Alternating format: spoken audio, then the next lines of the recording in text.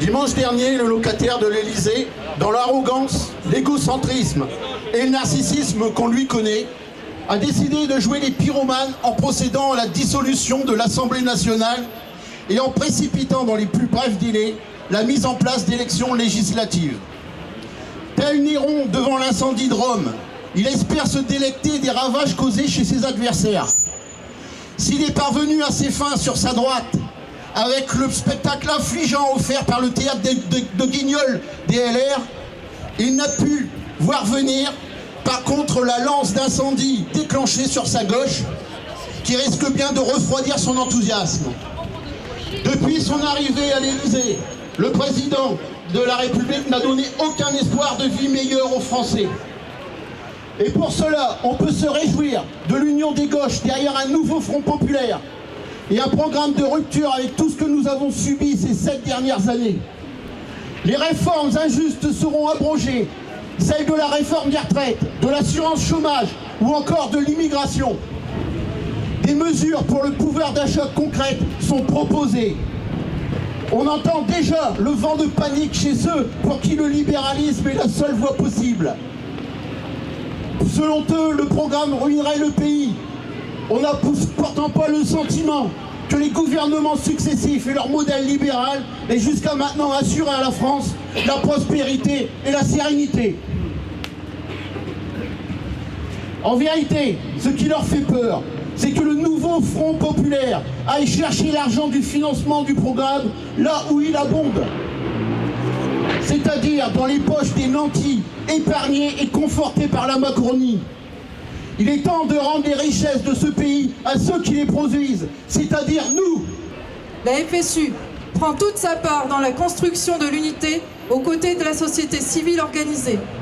Elle y porte ses propositions pour contribuer à bâtir une alternative sociale, féministe et écologiste, aux antipodes de ce que porte l'extrême droite, ainsi que des politiques néolibérales qui font son terreau depuis des années. Pour la FSU, le 8 juillet au matin ne peut pas être le jour de la victoire de l'extrême droite et elle mettra tout en œuvre pour obtenir la victoire du camp du progrès social. Salariés du privé, du public, privés d'emploi, retraités, l'heure est grave. Macron, qui se déguisait en vengeur masqué pour éliminer l'extrême droite, est en train de l'amener au pouvoir sur un plateau d'argent.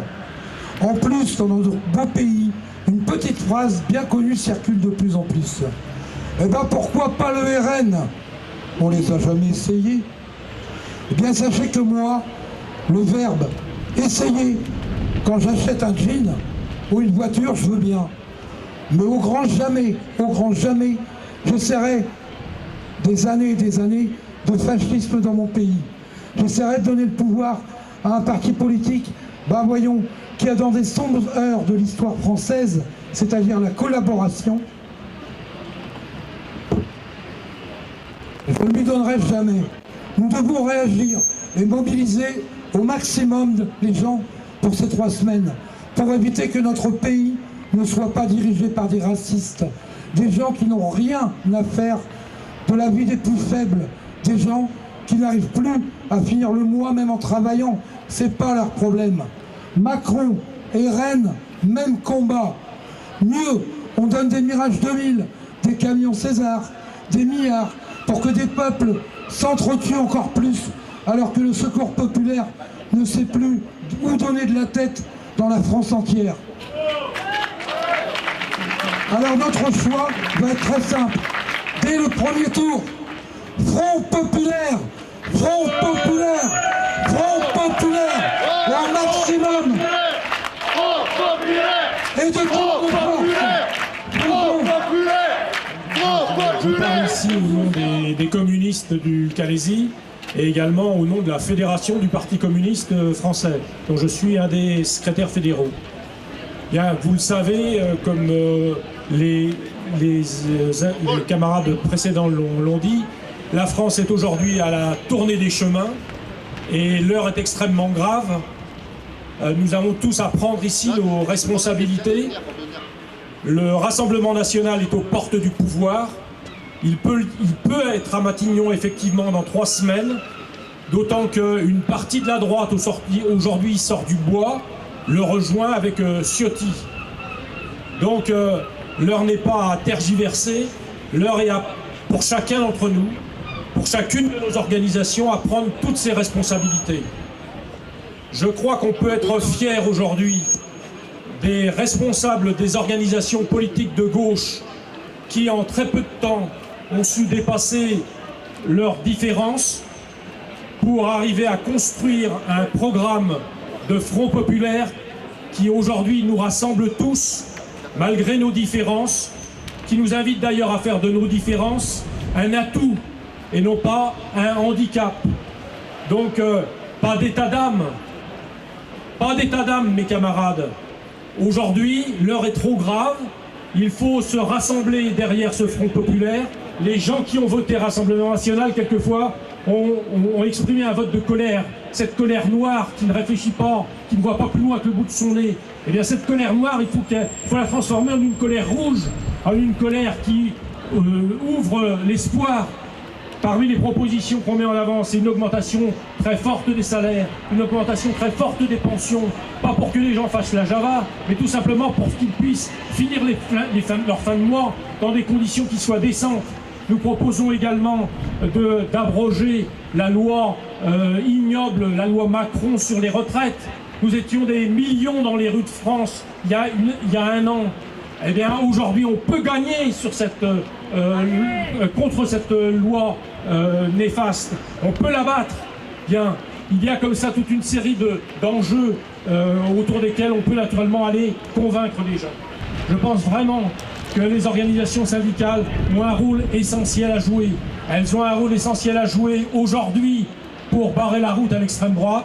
Elles auront un rôle à jouer de façon essentielle demain si le Front populaire arrive à décrocher une majorité à l'Assemblée nationale, parce que les promesses c'est une chose, mais ensuite il faut les faire rentrer dans la réalité. Et je vous rappelle qu'en 36, comme en 68, comme en 81, le peuple était mobilisé dans la rue pour faire pression, pour aller jusqu'au bout des promesses, pour faire en sorte qu'elles soient appliquées. Et puis malheureusement, si dans 3 semaines nous devions avoir l'extrême droite au pouvoir, eh bien le rôle de la mobilisation populaire et le rôle des organisations syndicales sera aussi essentiel pour arriver à organiser un front de résistance qui nous permettra de toute façon de prendre date, parce qu'au bout du compte, c'est le peuple qui l'emportera, au bout du compte, c'est le Front populaire qui gagnera. J'y crois, les communistes y croient, et je crois que tous ici nous y croyons. Je suis Jean-Philippe Lannoy, conseiller municipal France Insoumise. Le moment que nous vivons est historique. Dans moins de 2 semaines, nous aurons soit un Premier ministre raciste, réactionnaire, autoritariste et incompétent, soit un Premier ministre et un gouvernement du nouveau Front populaire prêt à transformer la société par un programme de rupture sociale, écologique et démocratique. Un gouvernement pour la retraite à 60 ans et la hausse de tous les salaires. Un gouvernement pour la paix. Un gouvernement pour la bifurcation écologique. Un gouvernement pour la 6ème République. Un gouvernement pour la lutte contre les discriminations et pour l'égalité femmes-hommes. Un gouvernement pour l'accès aux soins, à l'éducation et aux services publics pour toutes et tous. Et j'aimerais rajouter que énormément de mesures seront possibles dès le 8 juillet, dès le lendemain de notre victoire. Nous abrogerons la réforme de la retraite, la réforme de l'assurance chômage. Nous passerons le SMIC à 1 600 € dès le 8 juillet, tout de suite, maintenant. C'est à portée de main. Chaque heure, chaque minute, chaque seconde, front contre front. Ne lâchons jamais rien jusqu'à la victoire. Mon nom c'est Jean-Pierre Moussali, je suis élu écologiste à la ville et à l'agglomération de Calais. Et j'ai été investi il y a quelques heures comme tête de liste pour représenter le Front populaire aux élections législatives 2024.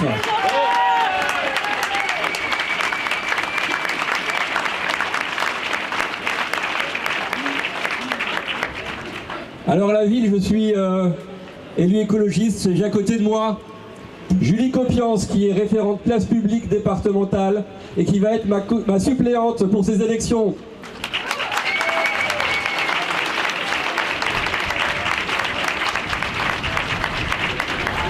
Alors vous le voyez, nous rassemblons largement. Nous ne restons pas enfermés dans des dogmatismes, parce que l'heure est grave. L'heure est solennelle. La République est en danger. Et aujourd'hui, je ne suis pas écologiste. Et Julie n'est pas place publique. Nous sommes des citoyens français. Et nous portons le drapeau français, parce que nous voulons porter haut et fort les valeurs de la République. Liberté, égalité, fraternité.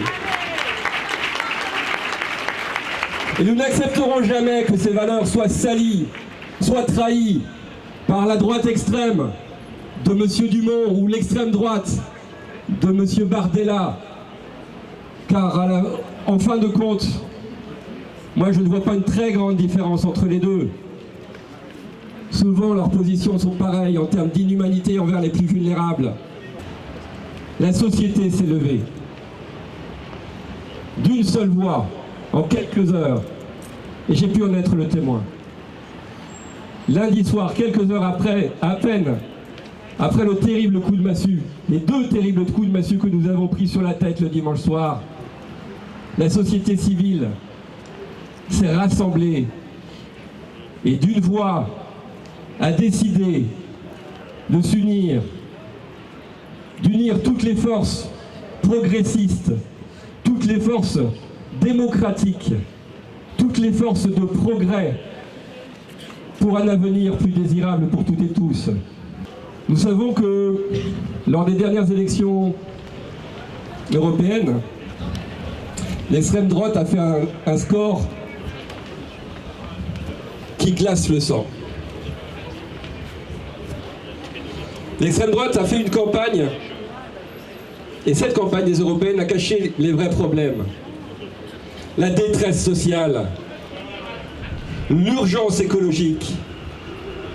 Et cette extrême droite a réussi à force d'images Instagram et TikTok, avec des photos de gendre idéal, beaux gosses, polis, aux dos bien blanches, à la voix assurée, à tromper son monde, et en particulier les jeunes électeurs.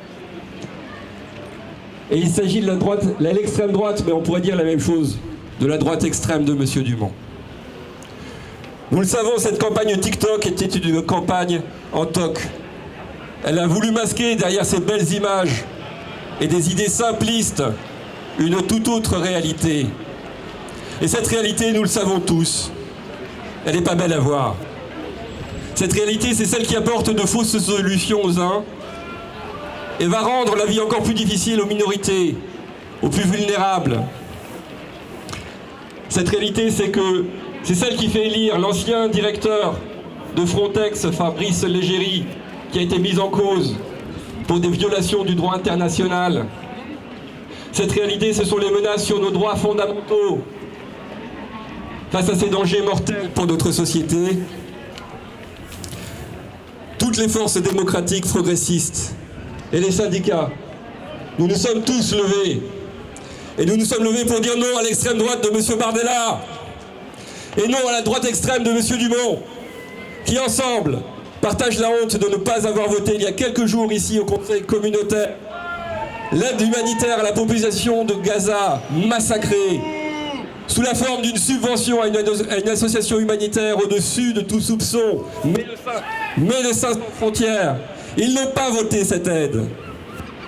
À cette inhumanité et à ce monde qu'ils nous préparent, nous disons non. Nous savons que nos solutions sont les bonnes, car nous sommes les seuls à nous attaquer, à prendre le mal à la racine, plutôt que de laisser faire et de gérer ensuite les conséquences. Nous sommes les seuls à avoir une réponse claire pour défendre les droits des travailleuses et des travailleurs. Sur l'écologie, sur l'emploi, sur le vivre ensemble, sur une société qui fait envie. Alors nous vous invitons, toutes et tous, à nous rejoindre, à rejoindre ce front populaire, écologique et social qui s'est levé, Debout! Debout! Debout! Bonjour à tous, je prends la parole pour Lutte ouvrière. Alors dimanche soir, évidemment, on a été nombreux et de nombreux travailleurs à être choqués par les résultats électoraux de l'extrême droite et à craindre qu'elle n'arrive au pouvoir. Si le Rassemblement national arrive au pouvoir, non seulement il gouvernera pour les possédants, comme Macron et tous ses prédécesseurs, mais il le fera d'une façon violemment anti-ouvrière. Pour servir le grand patronat, le RN reculera bien évidemment sur toutes ses promesses sociales. Il vient d'ailleurs de le faire sur la promesse d'abroger la réforme de la retraite à 64 ans.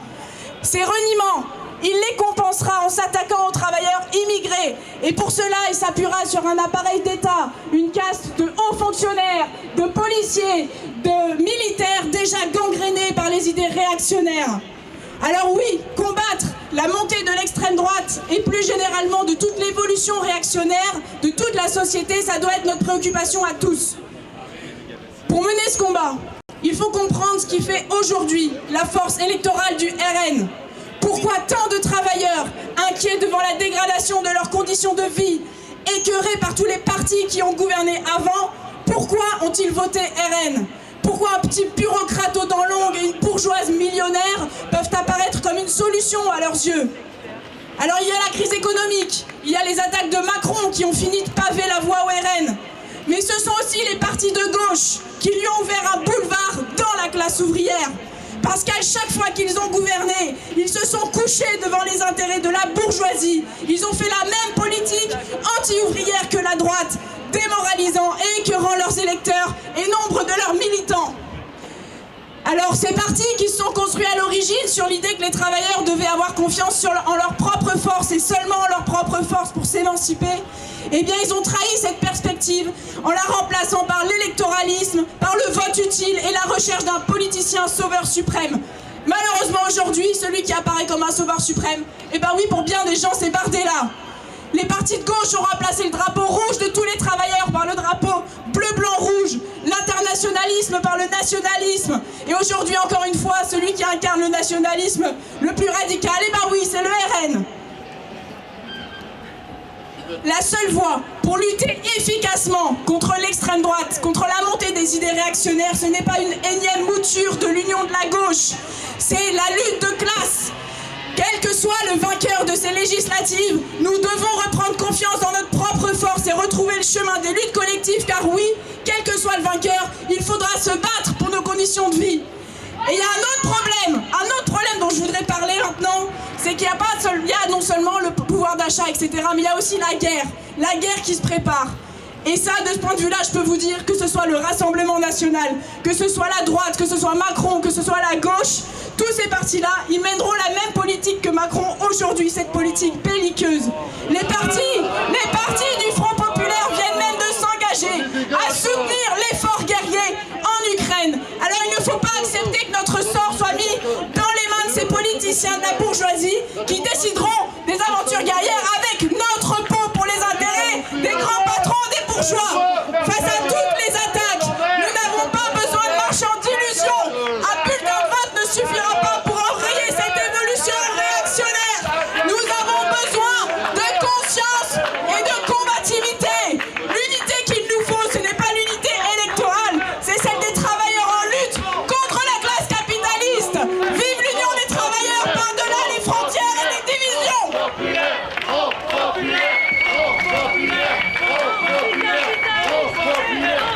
Je suis là pour représenter les citoyens et les citoyennes de Calais qui se mobilisent pour la victoire du nouveau Front populaire. Donc j'espère que vous êtes aussi contents de moi. Il y a de l'espoir, on va y aller. Alors bon bah oui, dimanche les résultats des élections européennes nous ont fait peur, ils nous ont mis en colère, mais tout de suite après, gros réveil, et là on s'est dit ok, on peut peut-être faire quelque chose. Donc on a constitué un collectif citoyen qui fait pas mal d'actions pour construire le RN et faire gagner le nouveau Front populaire. Donc parmi ces actions, il y a le tractage, l'affichage, les mobilisations, etc. On a un groupe WhatsApp et vous pouvez aussi nous trouver lundi, donc pas demain, mais lundi à 18h30 à la Loco, qui est un local citoyen situé gare des Fontinettes. Donc notez bien le rendez-vous, il y a déjà eu une AG lundi dernier, on remet ça ce lundi, 18h30 à la loco pour s'organiser. On a une force vive, on peut vraiment aider dans ce combat, même si vous n'êtes pas encarté, voilà, c'est le moment. Alors, à Calais, le contexte, oui, c'est une grande pauvreté, c'est l'isolement de chacun et chacune, il y a beaucoup de pauvreté, et l'isolement est produit par les politiques publiques ici, et ça nous pousse, ça nous oblige, nous les citoyens, les citoyennes et les militants, à nous questionner. C'est-à-dire comment refaire du lien entre les gens, comment nous redonner de l'espoir collectivement. Et après ça, après les législatives, il faut que ça dure, donc on ne va pas s'endormir. Là, c'est vraiment la naissance d'un nouveau front citoyen populaire. Alors l'extrême droite, oui, elle a profité de notre impuissance et de nos divisions à gauche. Et en même temps, nous croyons que le meilleur moyen de lutter, c'est de reprendre le pouvoir en tant que peuple. Ce peuple qui est réel, qui est traversé aussi par des divisions, des différences, mais ça fait notre richesse. Et là, on le voit avec la création du nouveau Front populaire, on arrive à dépasser ça. Donc on croit que le meilleur moyen de lutter contre l'extrême droite, c'est de reprendre l'initiative et de la rendre à chacun chacune. Bravo! Alors on pense aussi aux initiatives nombreuses qui existent déjà à Calais et qu'il faut souligner. Elles redonnent de l'espoir en recréant du collectif. Elles se mènent par exemple dans le travail ou en dehors, sur le terrain, par des réflexions. Donc on pense aux militants et militantes du quotidien, aux personnes en grève et en lutte pour améliorer les conditions de travail, à toutes celles et ceux qui sont rassemblés contre l'odieuse réforme des retraites. On pense aux personnes qui, dans les associations, s'efforcent de créer du lien dans les quartiers et se battent pour de meilleures conditions d'accueil à la frontière. On pense à toutes les actions qui contribuent à créer de la solidarité contre les préjugés et contre les discriminations, à l'image de la Marche des Fiertés, qui connaîtra sa 2e édition à Calais, juste avant le premier tour des législatives, c'est-à-dire le 29 juin. Donc ça va aussi être un moment pour représenter la gauche.